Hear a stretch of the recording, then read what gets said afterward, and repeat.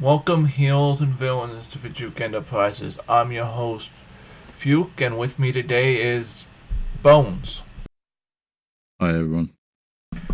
I'll just cut to the chase. Today we're going to be talking about homemade Chinese food. I guess my first question is, how did you get into making that? Trying to remember, I think basically my parents decided when we were children, me and my brothers and sisters, that they wanted us to cook. And I think my parents had a cookbook that had a recipe for very basic Chinese sweet and sour sauce. And my mum had her own recipe that she used to cook, and I wasn't very impressed with it. And when I read this recipe in the book, I was like, I'm pretty sure this will be better. So I made it and it did turn out loads better. And then I've been playing around with that since. And that's what first got me into cooking Chinese food. Is it is it hard to learn how to cook Chinese food? I I don't think so. I think because my parents encouraged me to cook from a young age, I think I'm fairly confident in the kitchen. So that probably helps me. If someone lacks confidence, but I think for the average person, I think cooking Chinese food is relatively simple.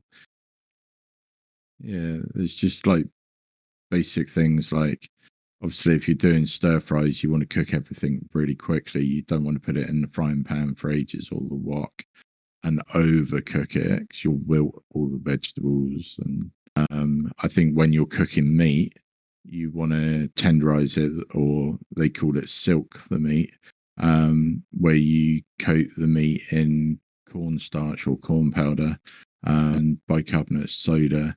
The bicarbonate of soda is what relaxes the fibers in the meat to make it more tender, and the cornstarch just gives it a softer texture on the outside. So it's just remembering techniques like that, really. Is it is it that much different than cooking typical English food? Yeah, yeah, oh, definitely. Traditional English dish might be a Sunday roast. Basically, put a a joint of meat in the oven with tin foil over the top, so that as it cooks, the moisture comes out of the meat, hits the tin foil, goes back into the tray, and the meat sits in its own juices. So the flavors are going round and round through the meat. That's a very slow process. You probably want to cook it for an hour, 2 hours, depending how big the joint of meat is that you're cooking in the oven. And during that time, you would chop up vegetables, put them in goose fat, ideally, if you're not a vegetarian. And that goose fat would heat up to temperature, very high temperature at the top of the oven. Then you'd throw your vegetables in, particularly your boiled potatoes, so that they crisp up nicely in the goose fat. Whereas with a Chinese dish, a lot of it is stir fried.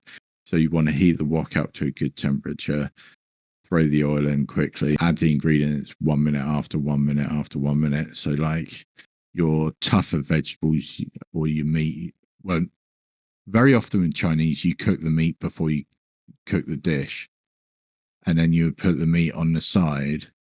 So then you would start, once you heat the wok up, you would start by cooking the toughest vegetables, and then a minute later putting in the softer vegetables, and then a minute later putting in the meat, and then adding the sauce to it, and heat the sauce through so it's up to temperature, and then serve that. And that, if you've got a good heat source, i.e., you can turn the stove or the hob up nice and high to get everything cooked quickly. It can literally take like 5 minutes to cook a meal with Chinese, as opposed to the hour to 2 hours that I was talking about cooking an English dish.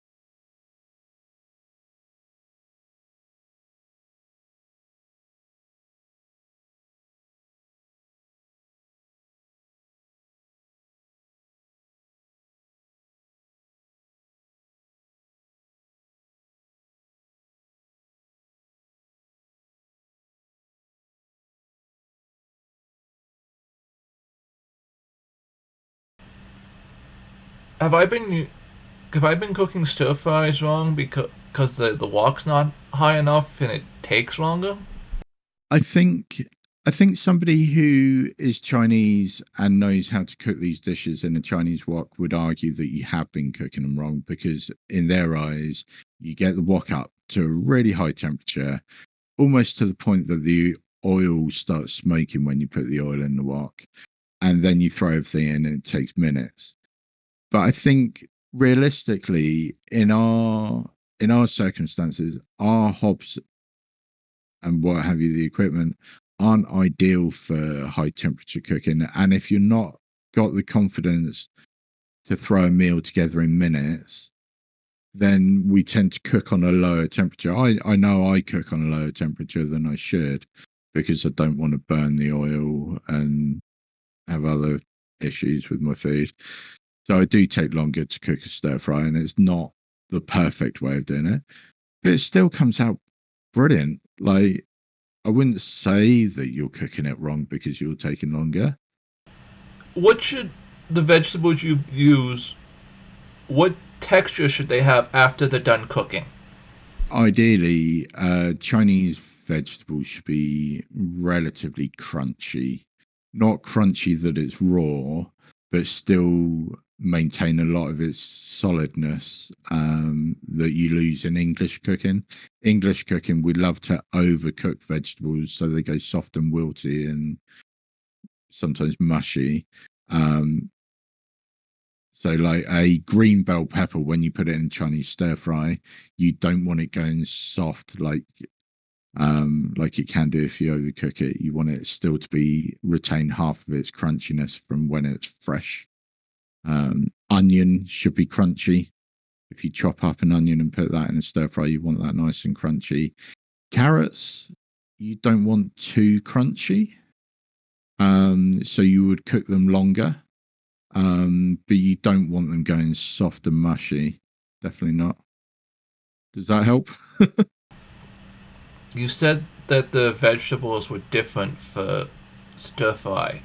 Would you like to go into Yeah. that more detail? Chinese menu would have bell peppers, or I don't know what you call them over in Canada. Um, they're basically the peppers that you put in Mexican fajitas and you put in Chinese stir fry. Spring onions, instead of basic onions, or with basic onions. They'll use bamboo shoot. You definitely don't get that in English cooking. Sprouts, they're considered very Chinese. You wouldn't get them in English food. Water chestnuts, they're another Chinese ingredient that you won't find in English food. So yeah, I mean they're quite varied. There's a good range of food in there. I do like the Chinese food. It's brilliant.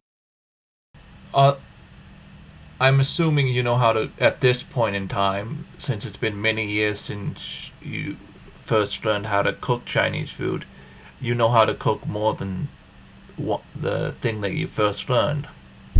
Yeah, yeah, yeah. So for a long, long time, I just repeatedly cooked this sweet and sour dish. And then I felt that I needed to expand on that. Um, and in more recent years, I've learned how to make black pepper sauce with beef and vegetable stir fry. I've learned how to make beef in easy tomato sauce. Um, I've also learned how to make lemon chicken. Um, and basic stir fries, which just have a little bit of oyster sauce, soy sauce, pinch of sugar, pinch of salt, makes a very nice standard stir fry sauce.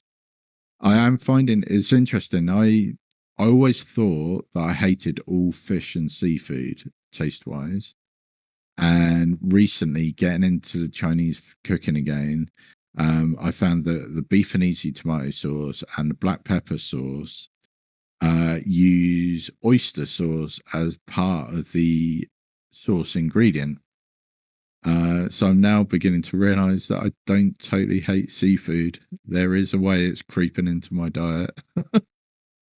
The dishes that you just described would be the same dishes that someone would get if they called a Chinese place and did takeout, correct? Yeah, all the dishes I'm learning are um, typical in England of Chinese takeaways. They're not authentic Chinese food that you would get if you went to China. Several months ago, I learned that Alberta has its own unique Chinese food that is different than other parts of the world. Okay. I think I shared ginger beef with you. I've forgotten that. Yeah, you did. Yeah, yeah, yeah. It sounds really good. Um, is any of the Chinese food takeout food that you have deep fried like ginger beef is? The crispy chili beef is battered and then deep fried. And I believe that sauce is a mixture of sweet and sour sauce mixed with sweet chili sauce and possibly a bit of hoisin sauce is thrown in there to make the sauce. So you haven't actually tried to make it on your own then? Not yet. I've only recently got the recipe book that told me how to make this crispy chili beef. Um, and I was waiting until payday before I started sorting that out, and then I've been away. So I will get round to making it soon. What are the benefits of making your own Chinese takeout food? So one of the benefits of making your own Chinese takeaway food is you know exactly what's going into it. So you can be fully aware of how it's affecting your diet. If you think you're putting on weight, you can watch what you put in it. So you can monitor your sugar levels. If you think Chinese takeaway has too much sugar in it, you can put less sugar in your cooking. It's an eye opener as well. I didn't realize that there is oyster sauce in so many dishes. And had I known that, it might have put me off originally eating Chinese food. But I'm glad I know that now because I'm aware that I quite like oyster sauce in other food. Yeah, and obviously, like, say you're vegan or vegetarian, if you want to make a dish and you're used to having chicken in, for example, you can take the chicken out, and if it's got chicken stock in the gravy, you can take the chicken stock out and put vegetarian stock in. And I don't know, like most restaurants will try and be flexible and accommodate for your needs, but it might just be that little bit easier if you cook it yourself at home rather than asking a Chinese takeaway to cater to all your specifications.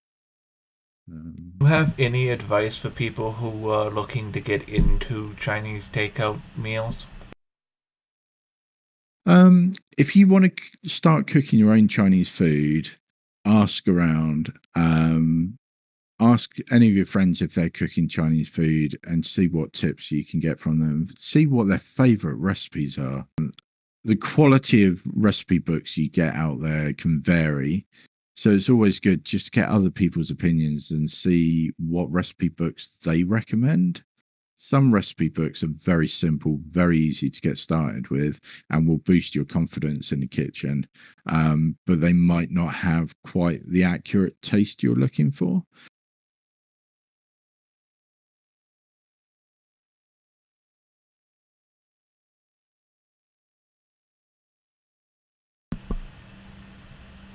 So do you often cook for your friends when you make Chinese food? Um, I often cook Chinese food, and it's very often for just me. However, if I do have friends come over, a lot of the time I do end up cooking them Chinese food. um, yeah, Do they much like do they enjoy it? Have you got good feedback? yeah, yeah, yeah. And that's not me bragging. That's not me saying I'm an amazing cook. That's me saying that the recipes I follow are really good. Like, it's very difficult to go wrong with the recipes that I follow.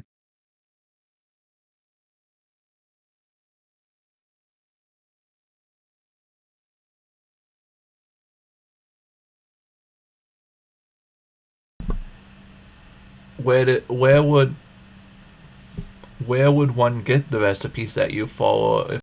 Um, So there's a BBC Good Food website, which is obviously BBC is part of the television channel called the BBC. There's very often good recipes on there. I personally really like Gok Wan, who was a TV celebrity in England, and he's produced 2 recipe books from his dad's restaurant menu. So those have really good recipes in them. His brother Goklan Wan has started producing recipe books which are simplified recipes, and they're brilliant to follow. Like if you haven't got the time to follow the lengthy recipes that Gok One has written, Goklan One has got better recipes that are easier to follow. They might just not quite taste the same, like only a little bit different. There's an English celebrity chef called Ken Hom, who's got recipes all over the internet and got recipe books on Kindle and what have you. His recipes are pretty good. I do recommend those. So I mean, I think if you're abroad outside of England, you'll have your own TV chefs that are worth following. So I mean, have a look on the Kindle store at the ebooks that are available and see which ones are highest rating, and read the reviews before you buy the book. And have a look on your websites, see what websites Google recommend. But always check the reviews and see what people are saying about the recipe before you have a go at cooking it.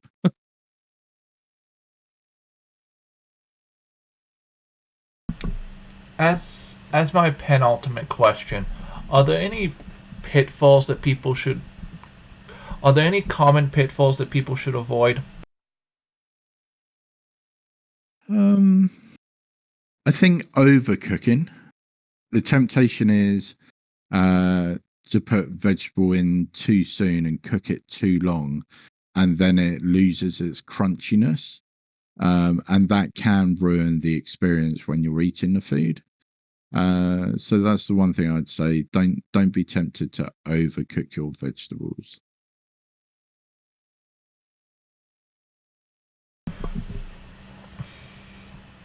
My last question in my interviews is always the same. Is there anyone or anything that you would like to shout out at this time?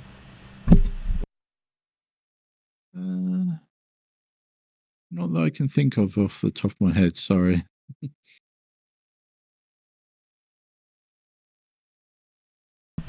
Well, thank you for doing this with me, Bones. I really enjoyed it. It's been good, thank you. Until we clash again, may your schemes and heroics be successful. And don't forget to like and comment the video.